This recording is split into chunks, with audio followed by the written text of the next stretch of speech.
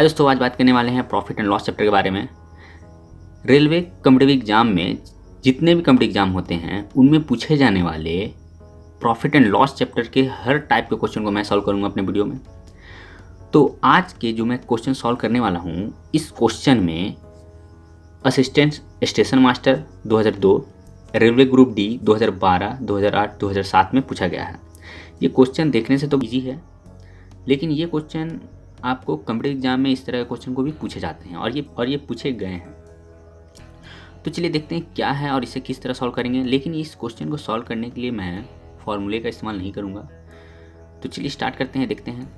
देखिए दोस्तों, कभी भी आपको प्रॉफिट एंड लॉस चैप्टर में किसी भी वस्तु का लेन देन किया जा रहा है तो उसमें आपको समझना है कि 100 रुपीज़ में या फिर 100% में किसी भी चीज़ का परसेंटेज निकालते हैं। तो देखिए, कॉस्ट प्राइस मतलब क्रय मूल्य और सेलिंग प्राइस, ठीक है। आपको ध्यान रखना है, हमेशा कॉस्ट प्राइस मान लेना है 100 रुपीज़ या 100। और सिंपल है, यहाँ पे क्या बोला गया है, 50% से बेचा जाता है। यदि एक वस्तु की लागत 26 रुपये है और उसे 15% लाभ से बेचा जाता है, हमें कुछ नहीं ध्यान देना है। हमें देखना है CP 100 अपने लिख देने का है और SP सेलिंग प्राइस उसे 15% के लाभ पर बेचा जाता है। तो 100 रुपये का कोई चीज़ है, उसे आप 15% प्रॉफिट पर बेच देते हैं, तो मतलब उसका दाम कितना हो जाएगा, 115 रुपये। और यहाँ पर आपको केवल ध्यान यही देना है, यदि एक वस्तु की लागत मूल्य 26 है मतलब कॉस्ट प्राइस 26 है। क्लियर? मतलब यही कि आपको हमेशा 100 मान लेने का है कॉस्ट प्राइस, क्रय मूल्य, और सेलिंग प्राइस जितने भी परसेंटेज होंगे उसमें आप बढ़ा दीजिए। 15% है, केवल 15% लिख दीजिए। और यहाँ पर उस वस्तु की लागत मूल्य ध्यान देना है, केवल लागत मूल्य है तो CP 26। अब हमें फाइंड क्या करना है, हमें विक्रय मूल्य मतलब सेलिंग प्राइस, यहाँ सेलिंग प्राइस हमें फाइंड करना है, ठीक है। तो यहाँ पर देखिए क्या करना है, आपको इस वैल्यू को इस वैल्यू से डिवाइड कर लेने का है और इसे इस वैल्यू से मल्टीप्लाई करना है। मतलब यहाँ पर मल्टीप्लाई कर दीजिए, मतलब 26/100। क्लियर? और इसे मल्टीप्लाई कर लेते हैं। तो यहाँ पर देखिए मल्टीप्लाई कर लेते हैं।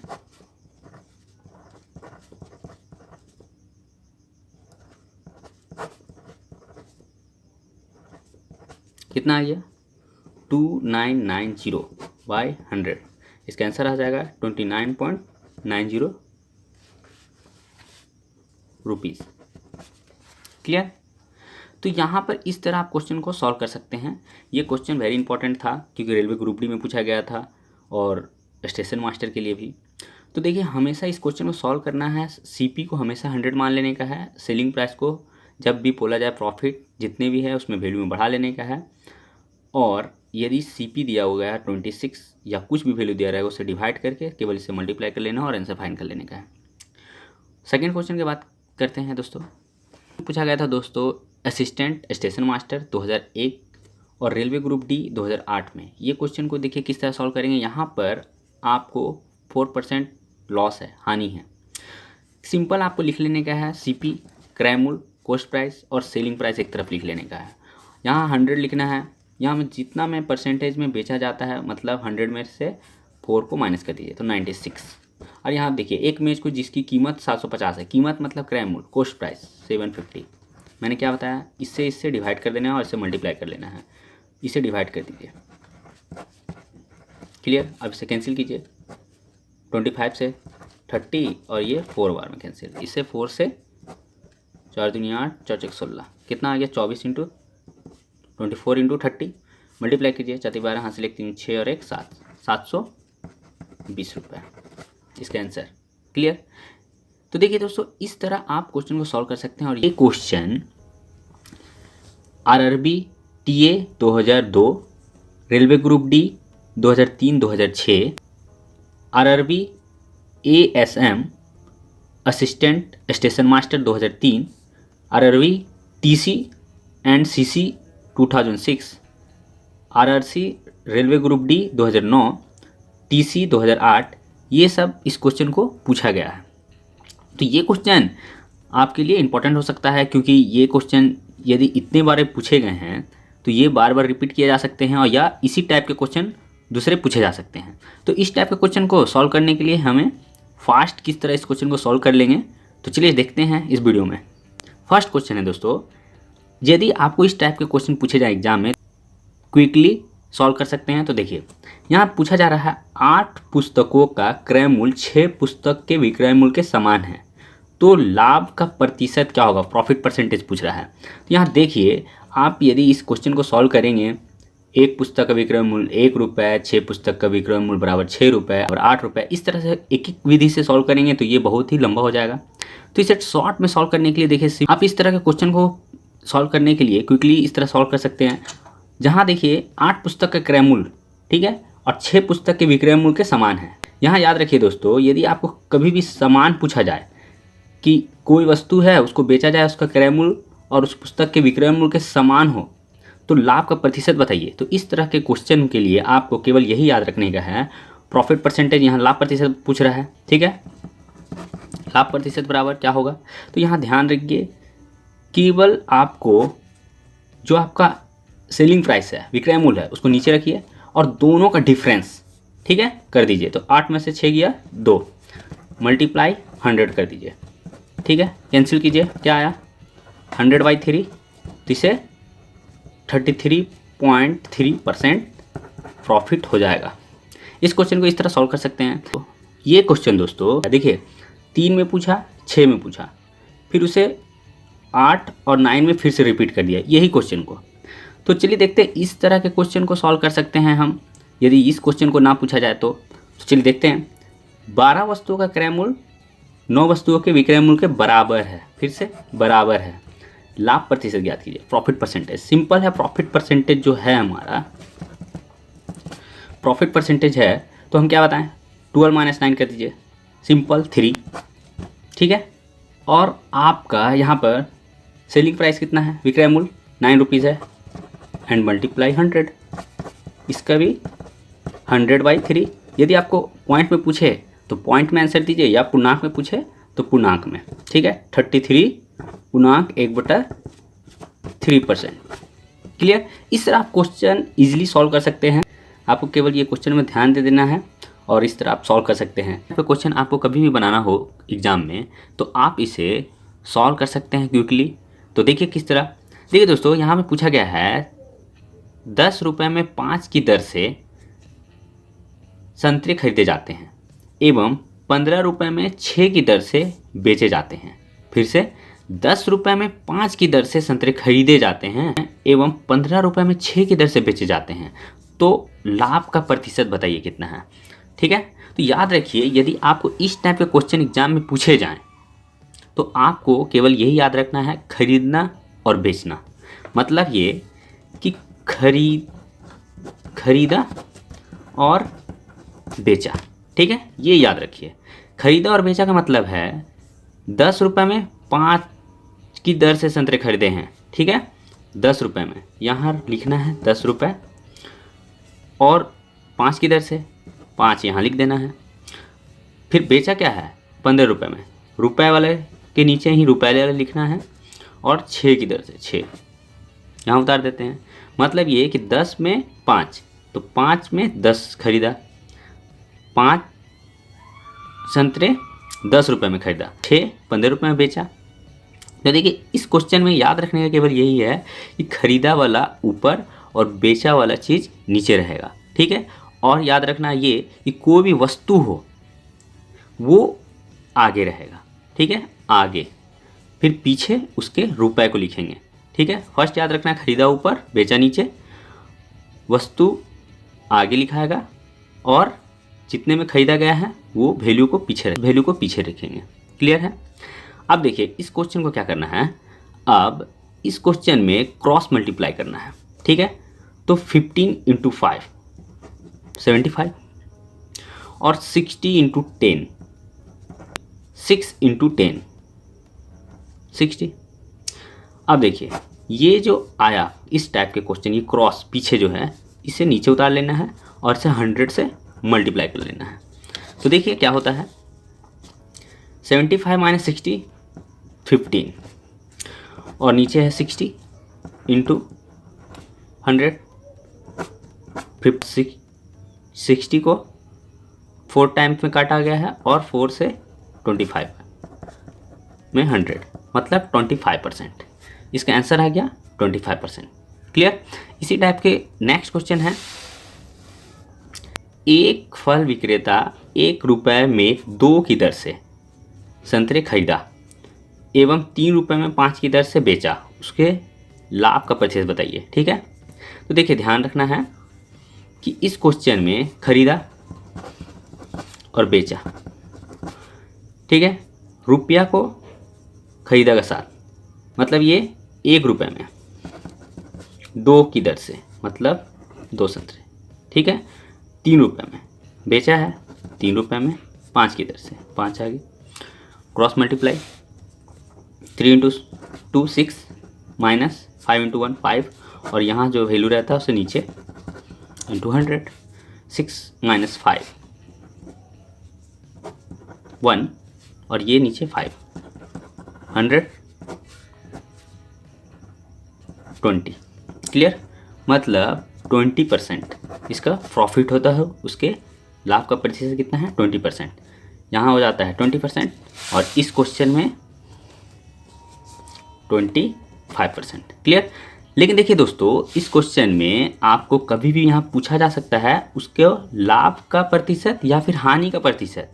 तो देखिए याद रखना है बात कि जब भी इसे पूछा जाए लाभ का और हानि का परसेंटेज, तो कभी भी इस सिचुएशन में यदि माइनस में आंसर आ जाता है तो वो हानि हुआ है, और प्लस में आ जाता है तो मतलब प्रॉफिट हुआ है।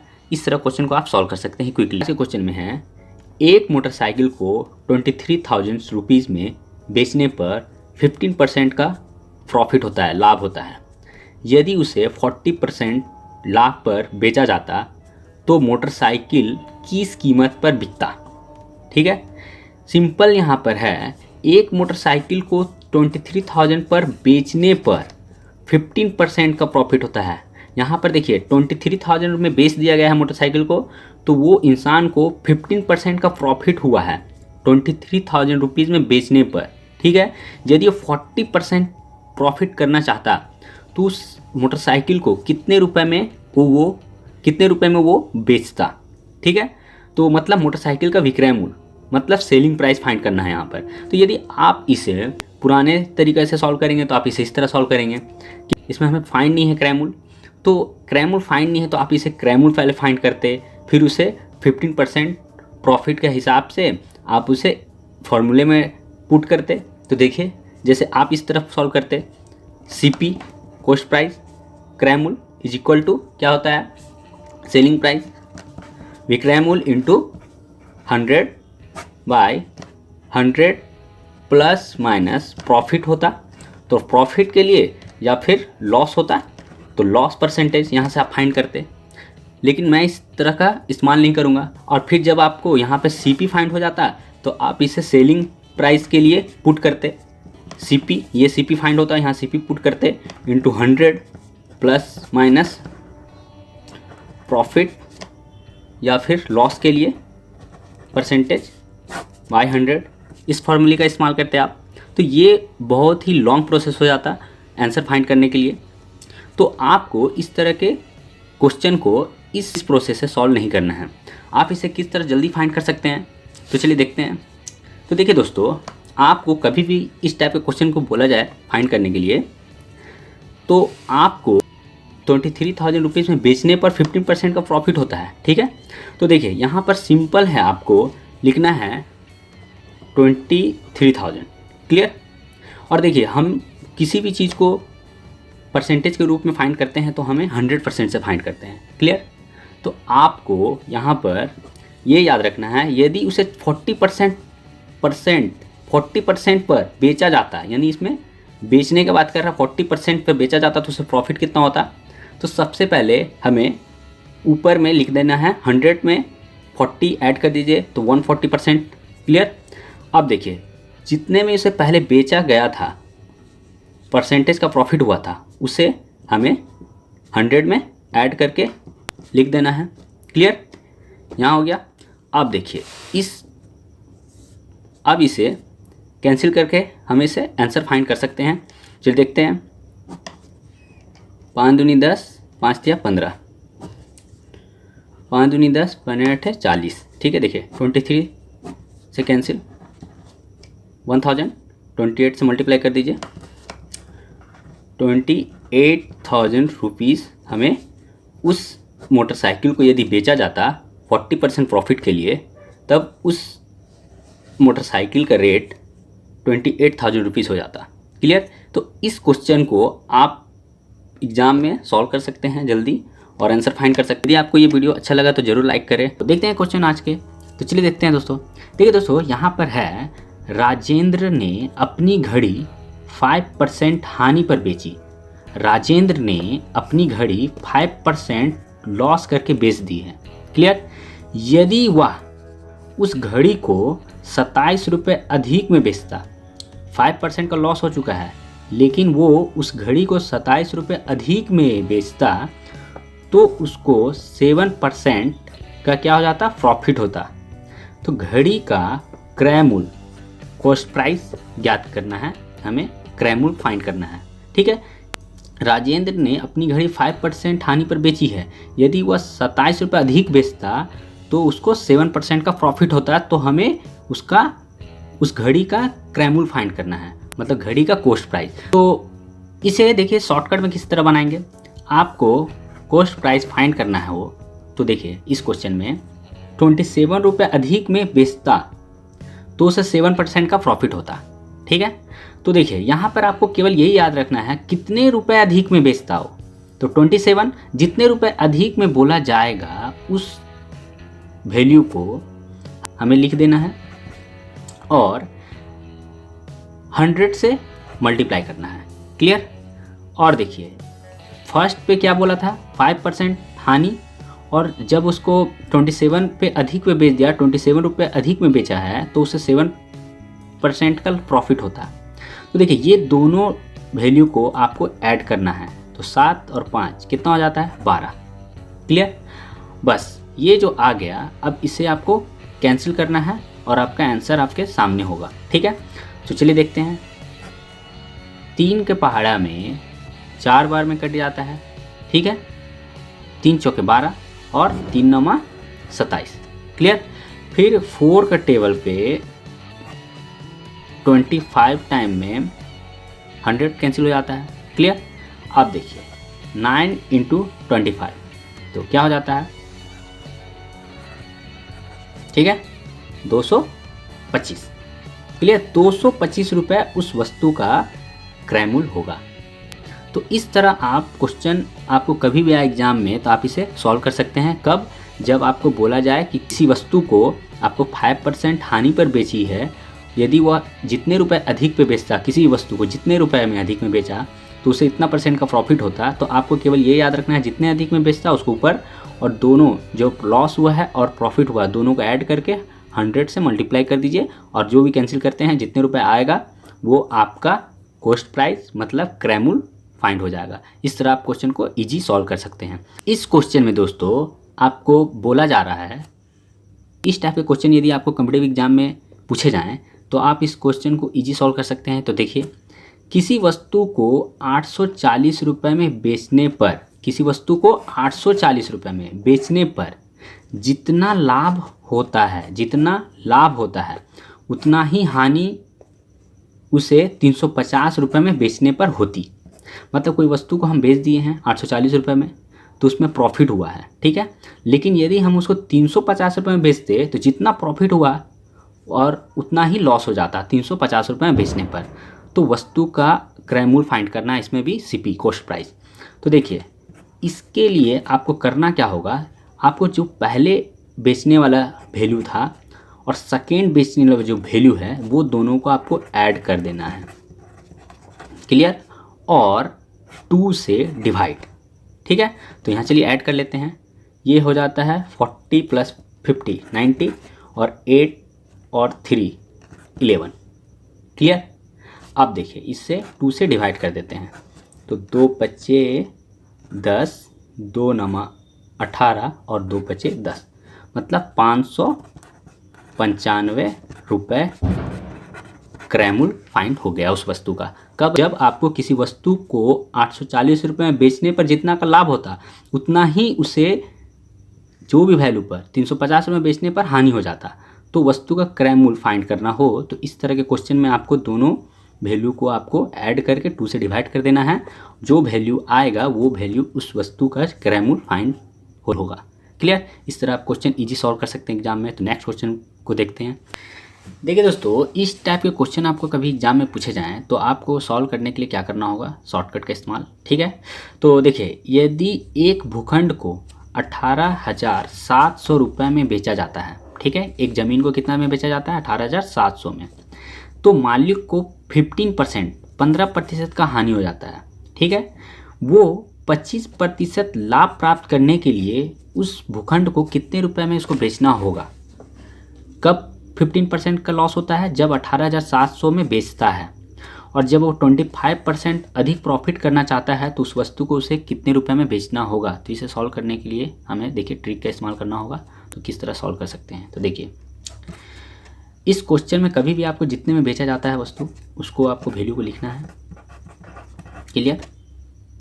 और उसे मल्टीप्लाई करना है कि जब आपको कितने रुपए प्रॉफिट चाहिए, जब प्रॉफिट जितने परसेंट प्रॉफिट चाहिए उसे बेचने के लिए, जितने लास्ट वाले जो 25% प्रॉफिट प्राप्त करने के लिए उसे विक्रय मूल्य फाइंड करना है, जितने रुपए में के लिए विक्रय मूल्य फाइंड करना है उसमें आपको 100 में ऐड कर लेना है। तो 25% प्रॉफिट हुआ तो 100 प्लस 25 तो 125। और जितने परसेंट में लॉस हुआ है उसे आपको 100 से माइनस कर लेना है। कितना हो जाएगा? 85। बस आप देखते हैं इसे कैंसिल करके। क्लियर? तो चलिए देखते हैं। तो देखिए, ये 5 से कैंसिल कीजिए। 5 1 जा 5, 5 7 जा 35। क्लियर है? अब यहाँ देखिए, 5 दिया 15, ठीक है, 5 सते 35, 5 चौके 20 और ये 0। क्लियर? देखिए, 3740 इंटू 125/17। क्लियर है? अब देखिए, इसे आप कैंसिल करते हैं। 17 दूनी 34, फिर 34, 37 में 34 गाड़े 3, 17 दूनी 34, मतलब कितना आया? 220 इंटू 125। ठीक है? देखिए, इसे मल्टीप्लाई करना हो तो आपको देखिए दोस्तों, कभी भी कॉम्पिटिटिव एग्जाम में आपको 125 से किसी भी नंबर को मल्टीप्लाई करना हो, जैसे इससे मल्टीप्लाई करना है, ठीक है, तो इसे देखिए ट्रिक से भी सॉल्व कर सकते हैं। देखिए 220 है, जहाँ 125 मिला आपको वहाँ 1000 लिखना है और इसे 8 से डिवाइड कर देना है। क्लियर? तो आपका करेक्ट आंसर आ जाएगा। तो देखिए कैसे कट, 2 चौके 8, 2 एकम 2, 0। क्लियर? आप देखिए 4 से काट देते हैं। 100 कब आता है? 4 से 25 बार में। पीछे 0 था, 0 लिख दिए। क्लियर? अब इसे देखिए 11 से कभी भी मल्टीप्लाई करना हो 5 को, तो देखिए ये 25 को ऐसे उतार देते हैं और दोनों को ऐड कर देते हैं। कितना हो जाएगा?